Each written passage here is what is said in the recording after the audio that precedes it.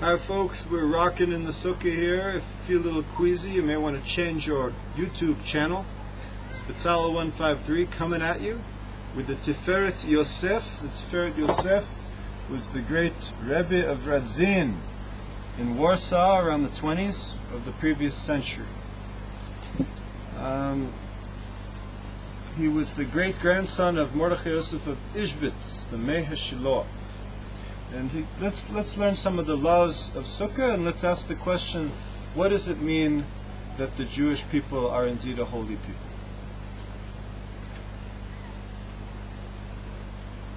There are many people of Jewish mothers and fathers who don't act like holy people, who could even do the horrible things that anybody could do.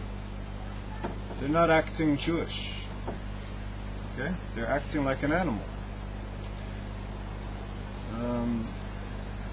So let's look at it through the lens of Jewish law. We're sitting in the Sukkah. This is the schach. I love to show the schach to our friends here on YouTube. You see three kinds of schach here.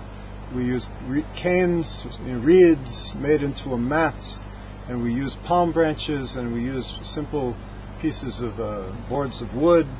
It's all schach. Kosher schach is anything that grows from the earth. It is cut from the earth, not attached to the earth, and cannot become impure, which is what can and cannot become impure. A vessel can become impure. So that's a whole other discussion. So if a sukkah, it also has walls. You look behind me, you see the walls of the sukkah, right? These are the walls of the sukkah. If it's over 20 cubits high, this is a cubit from my elbow to the tip of my long finger, approximately 58 centimeters, we're not exactly sure what the exact ancient measurement is, about half a meter. So if it's 10 meters high, it's okay. If it's over 10 meters, the sukkah is disqualified. So there's, in the Talmud, when it discusses Sukkah, Rabbi Zera, great Babylonian sage, he said over 2,000 years ago, or just under 2,000 years ago, that because the verse in Isaiah chapter 4 said that in the Sukkah will be for the shade of the day in the hot days of the summer, the last days of the summer, right? So if it's over 10 meters high, you're sitting in the shade of the walls and not sitting in the shade of the schach that I just showed you, the refuse that we raise up to make the ceiling of the sukkah. So you have to be sitting in the shade of the schach and not the walls. That's why it can't be too high. The other opinion is Rava. Rava was also in the Babylonian Academy many years ago. He said, no, it's a simple verse we derive it from the verse in Leviticus chapter 23. The Torah says, Kol Shivat Yamim, Besukkot Teshvu Shivat Yamim, sit in the booths for 7 days. God said, sit in Sukkah, right? So, it's go out and sit in sukkahs for 7 days. We're not sitting in our house for 7 days, we're sitting in the sukkah for 7 days. That means that you have to go from a permanent structure into an impermanent structure. The sukkah is, by definition, not permanent. If it's built over 20 cubits high, then the sukkah is most likely going to be a permanent structure. So let's look at the underlying Hasidic reasons for this. So the matter of Sukkah is the great grandfather of the author, Rabbi Mordechai Yosef of Ishbitz, the holy Ishbitzer Rebbe.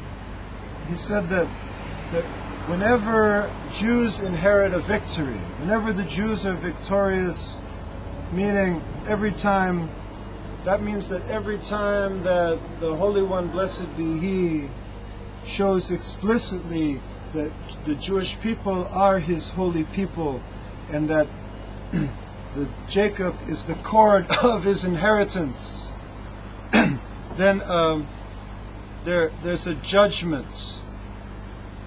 The people get upset and judgmental, and they say, "Who are the Jews to say that okay, fine. It says Moses said in the Bible that Jacob is the cord of his inheritance, and the Jewish people are the soul of the Jew is a veritable portion of God. Everybody's soul is a portion of God. Anybody can be holy. This is true. Anybody who acts ethically." And we're getting back to the question that Mike, my new friend on YouTube, who is so kind to comment and has incisive questions. And it's a pleasure to have you, and I only hope that more people watching this will also have incisive questions and not just say, "You damn Jew, you baby killer." And, this, okay. Thank you very much. It breaks my heart also, but it's not really the proper forum for such strong statements. Anyhow, go down to the kotel where the Jews are praying and start shouting your head off and throw red paint and say, "You baby killers." Maybe that's a more appropriate place. So you're not brave enough to do that. So you can curse me out on YouTube. Fine. Anyhow, back to the subject. Who the heck are the Jews to say they're the holy people? First of all, Moses said it in the Bible. Second of all, I see a lot of Jews who are not acting properly, who are acting in a very unholy way. So these are God's holy people. So that's why we say, by what right does the Jew say that he is the holy people, part of godliness, right? And the answer is Succa. Succa is the clarification. Now, what does that mean? Let's continue. I'm reading this for the first time ever, so please bear with me. We find with Jacob, our forefather, blessed memory, at the time that he was victorious over Esau, as is said in the 33rd chapter of Genesis. Yaakov nasa Sukkot. In other words, he faced off with Esau, and Esau, who may very well have decimated him, didn't. This is counted as a victory. In other words, by the Jews, when we're not decimated, we celebrate it as a victory. Okay? So then what do we do after? What did Jacob do after he faced off with Esau? He made a sukkah. He went to a place called Succa, or he made a sukkah. That means that after his victory with Esau, he went to Sukkot in order to make it clear, to clarify his very being, that his victory was won legally. It was clear. It was according to logic. It was according to reason. It was rightful. It could not be disputed that he was indeed victorious with Esau. What in the world does this mean? He explains. The author understands that it's not so clear, so he says, "Ken Hitziv, God established that connecting to God's light, may He be blessed.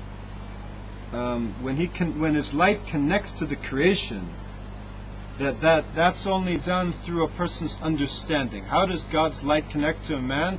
Through his mind, the mind which is a vessel for his soul, right?